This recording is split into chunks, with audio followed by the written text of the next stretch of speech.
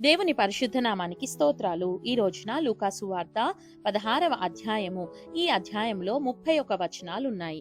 మొదటి వచనం, మరియు ఆయన తన శిష్యులతో ఇట్లనెను, ఒక ధనవంతుని యొద్ద ఒక గృహ నిర్వాహకుడు ఉండెను. వాడతని ఆస్తిని పాడు చేయుచున్నాడని అతని యొద్ద వాని మీద నేరము మోపబడగా. రెండవ వచనం, అతడు వాని పిలిపించి, నిన్ను గూర్చి నేను వినుచున్న ఈ మాట ఏమిటి? నీ గృహ నిర్వాహకత్వపు లెక్క అప్పగించుము. నీవు ఇక మీదట గృహ నిర్వాహకుడవై యుండవల్ల కాదని వానితో చెప్పెను. మూడవ వచనం, ఆ గృహ నిర్వాహకుడు తనలో తాను, నా యజమానుడు ఈ గృహ నిర్వాహకత్వపు పనిలో నుండి నన్ను తీసివేయును గనుక నేను ఏమి చేతును? త్రవ్వలేను, భిక్షమెత్త సిగ్గుపడుచున్నాను. నాలుగవ వచనం, నన్ను ఈ గృహ నిర్వాహకత్వపు పని నుండి తొలగించునప్పుడు వారు నన్ను తమ ఇండ్లలోనికి చేర్చుకొనున్నట్లు ఏమి చేయవలెనో నాకు తెలియననుకొని. ఐదవ వచనం, తన యజమానుని రుణస్థులలో ఒక్కొక్కని పిలిపించి, నీవు నా యజమానునికి ఎంత అచ్చియున్నావని మొదటివానిని అడిగెను. ఆరవ వచనం, వాడు 100 మణుగుల నూనె అని చెప్పగా, నీవు నీ చీటి తీసుకొని త్వరగా కూర్చుండి 70 మణుగులని వ్రాసికొమ్మని వానితో చెప్పెను. ఏడవ వచనం, తరువాత వాడు నీవు ఎంత అచ్చియున్నావని మరి ఒకరిని అడుగగా, వాడు 100 తూముల గోధుమలని చెప్పినప్పుడు వానితో నీవు నీ చీటి తీసుకొని 80 తూములని వ్రాసుకోమ్మని చెప్పెను. ఎనిమిదవ వచనం, అన్యాయస్తుడైన ఆ గృహ నిర్వాహకుడు యుక్తిగా నడుచుకొనెనని వాని యజమానుడు వాని మెచ్చుకొనెను. వెలుగు సంబంధుల కంటే ఈ లోక సంబంధులు తమ తరమును బట్టి చూడగా యుక్తిపరులై ఉన్నారు.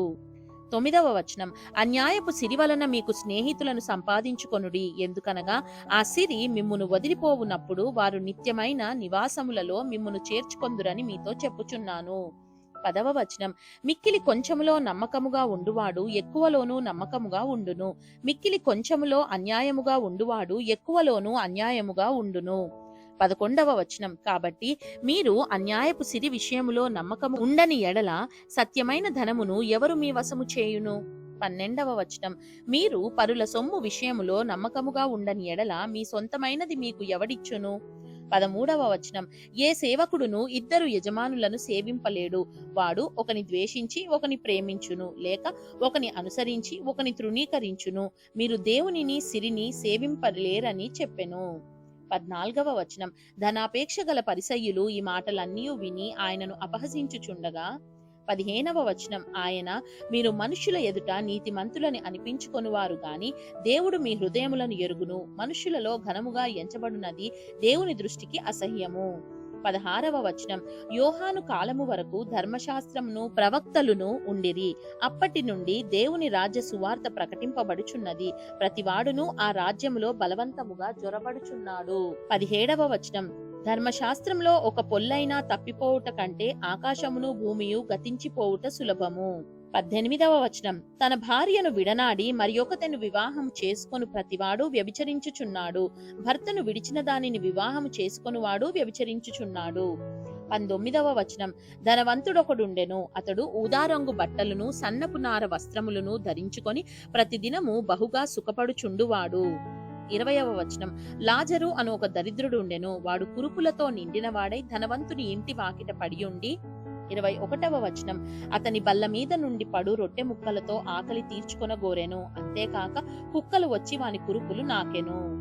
22వ వచనం, ఆ దరిద్రుడు చనిపోయి దేవదూతల చేత అబ్రహాము రొమ్మున ఆనుకొనుటకు కొనిపోబడెను, ధనవంతుడు కూడా చనిపోయి పాతిపెట్టబడెను.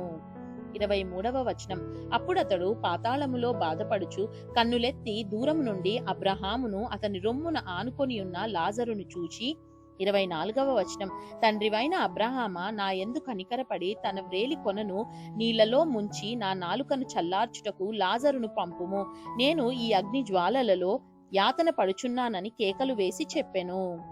25వ వచనం, అందుకు అబ్రహాము, కుమారుడా, నీవు నీ జీవిత కాలమందు నీకిష్టమైనట్టు సుఖము అనుభవించితివి, అలాగుననే లాజరు కష్టము అనుభవించనని జ్ఞాపకము చేసుకొనుము, ఇప్పుడైతే వాడు ఇక్కడ నెమ్మది పొందుచున్నాడు, నీవు యాతన పడుచున్నావు. 26వ వచనం, అంతేకాక ఇక్కడ నుండి మీ యొద్దకు దాటగోరువారు దాటి పోజాలకుండునట్లు అక్కడి వారు మా యొద్దకు దాటి రాజాలకుండునట్లును మాకును మీకును మధ్య మహా అగాధముంచబడి ఉన్నదని చెప్పెను. 27వ వచనం, అప్పుడు అతడు, తండ్రి, అలాగైతే నాకు 5 సహోదరులున్నారు. 28వ వచనం, వారును ఈ వేదనకరమైన స్థలమునకు రాకుండా వారికి సాక్ష్యం ఇచ్చుటకై నా తండ్రి ఇంటికి వాని పంపవలెనని నిన్ను వేడుకొనుచున్నానెను.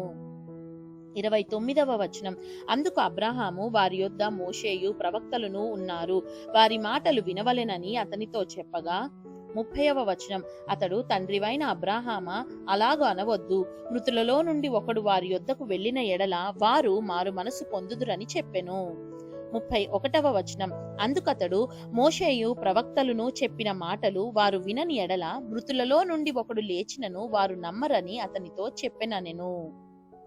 దేవుడు చదవబడిన పరిశుద్ధ వాక్యాన్ని మనందరి వినికిడిలో దీవించి మనల్ని ఆశీర్వదించునుగాక. ఆమేన్.